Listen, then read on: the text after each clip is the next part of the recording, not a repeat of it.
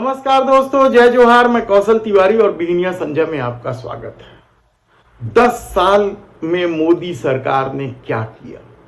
महंगाई बढ़ाकर मध्यम वर्ग और गरीबों की खुशियां छीन ली तो बेरोजगारी ने युवाओं की चैन उड़ा दी।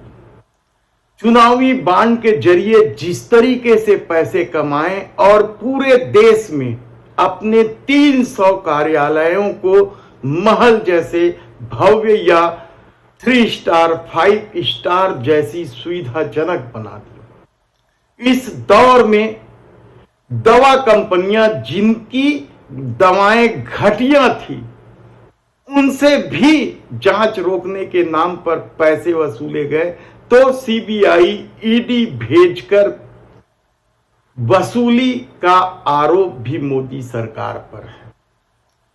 रुपये के मुकाबले डॉलर लगातार गिर रहा है और विदेशी कर्ज का यह आलम है कि 70 साल में विभिन्न सरकारों ने केवल 55 लाख करोड़ रुपए कर्जे लिए थे तो मोदी सरकार अकेले अपने 10 साल में 155 लाख करोड़ रुपए कर्जा ले लिया, यानी विदेशी कर्ज 205 लाख करोड़ रुपए पहुंच गया।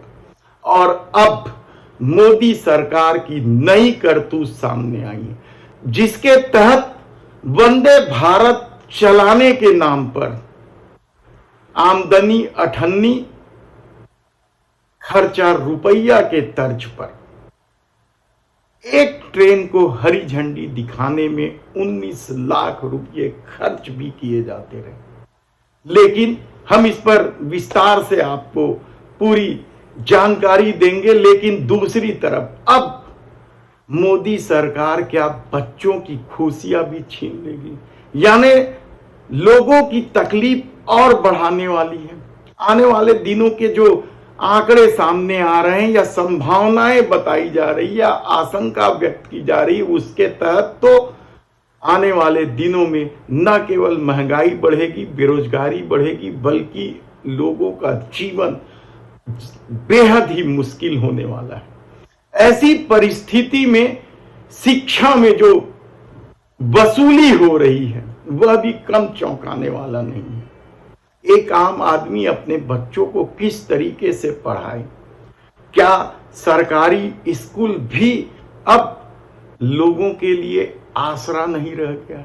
यह सवाल हम इसलिए उठा रहे हैं क्योंकि मोदी सत्ता ने यह फैसला लिया है कि अब केंद्रीय विद्यालयों में भी सीटें घटा दी जाएंगी और वजह बताई जा रही है कि एक क्लास में 40 बच्चों को नहीं संभाला जा सकता, उनकी पढ़ाई के स्तर को नहीं सुधारा जा सकता, इसलिए हर क्लास में 8 बच्चे कम भर्ती किए जाएंगे। यानी अब तक केंद्रीय विद्यालय में एक क्लास में 40 बच्चे होते थे, अब 32 बच्चों का ही एडमिशन लिया जाएगा।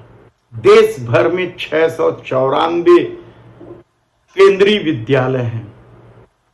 सबसे ज्यादा उत्तर प्रदेश में 122 केंद्रीय विद्यालय है तो उसके बाद दूसरे नंबर पर मध्य प्रदेश में 112 केंद्रीय विद्यालय है। उसके बाद राजस्थान का नंबर आता है जहां 77 केंद्रीय विद्यालय है, तो महाराष्ट्र में 59 केंद्रीय विद्यालय, बिहार 49, गुजरात और दिल्ली में 46, उत्तराखंड में 45, झारखंड में 41, हिमाचल प्रदेश में सबसे कम 25 और छत्तीसगढ़ और हरियाणा में 36 केंद्रीय विद्यालय, यानी 694 केंद्रीय विद्यालयों में एक ही झटके में हजारों बच्चों की एडमिशन खत्म कर दी गई।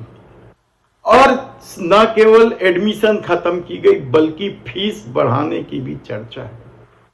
केंद्रीय विद्यालय में सीबीएसई के माध्यम से पढ़ाई होती है और यहां पढ़ाना लोगों को सुविधाजनक है और सस्ता पड़ता है, सरकारी स्कूल है।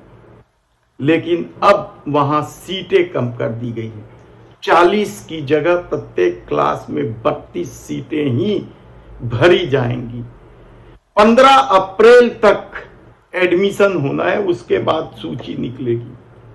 ज्यादातर केंद्रीय विद्यालयों में केंद्र सरकार के अधीन काम करने वाले कर्मचारियों के सुविधा के लिए इसे खोली गई थी, लेकिन राज्य सरकार के भी बच्चे, जो रिक्त सीटें रह जाती थी उसमें राज्य सरकार के बच्चे और प्राइवेट नौकरी करने वालों के भी बच्चे, ग्रामीण अंचल के किसान मजदूर किसी भी तरीके से सांसद से लिखवाकर एडमिशन करवा लेते थे, वह परिपाटी भी बंद कर दी गई।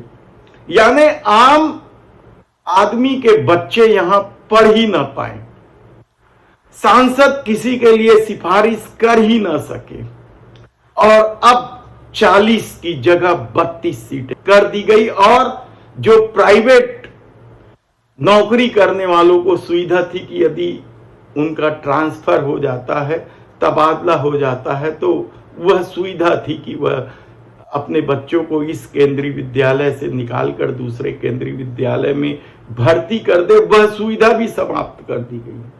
यानी आप सोचिए कि किस कदर इस दौर में, जब महंगाई चरम पर है, बेरोजगारी आसमान छूने लगा है, लोगों के सामने जीवन जीने का संकट खड़ा है, उस परिस्थिति में अब केंद्रीय विद्यालयों में न केवल सीट कम कर दी गई बल्कि सुविधाएं भी घटा दी गई और फीस बढ़ाने की भी चर्चा है। ऐसी परिस्थिति में क्या लोगों की खुशियां छीन लेना चाहती है मोदी सरकार? क्या अब बच्चों की खुशियां भी बर्दाश्त नहीं हो रही है? कितने ही सवाल उठे हैं उनके निजी जीवन को लेकर। तो क्या सचमुच इस तरह का खेल एक परिवार वालों के साथ खेला जा सकता है? यह सबसे बड़ा सवाल है।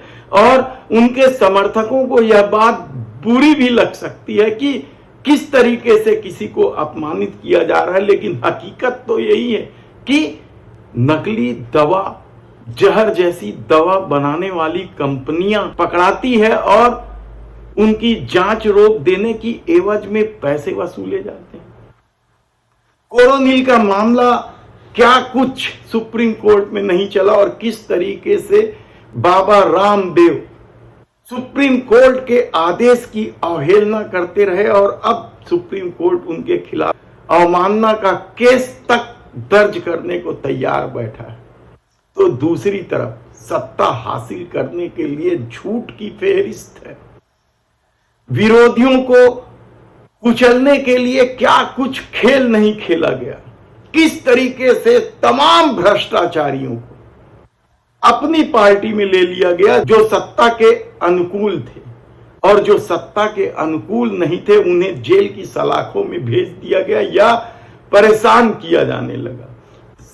सब कुछ इस देश ने देखा है। लेकिन अब बच्चों को लेकर इस तरह के फैसले, एक तरफ केंद्रीय विद्यालय में वैसे भी सीटें बढ़ाने की मांग हो रही थी, आम आदमी के बच्चे यहां पढ़ सके इसके लिए मांगे उठाई जा रही थी, और दूसरी तरफ सीटें कम कर दी जा रही है। यानी आप सोचिए कि 694 स्कूलों में यदि 40 की जगह 32 बच्चे ही लिए जा रहे हैं, तो कितने बच्चों का भविष्य एक ही झटके में खराब कर दिया गया तो नहीं कहेंगे, लेकिन उन बच्चों के पिता पर किस तरीके से बोझ डाल दिया गया है।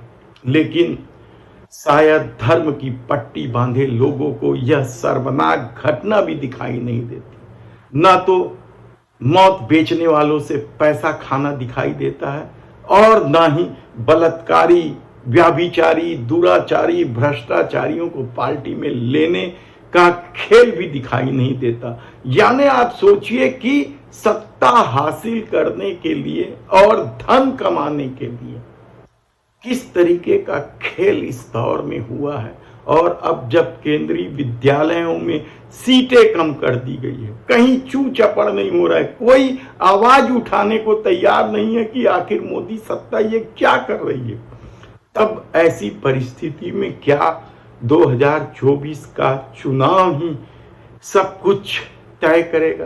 कहना कठिन है।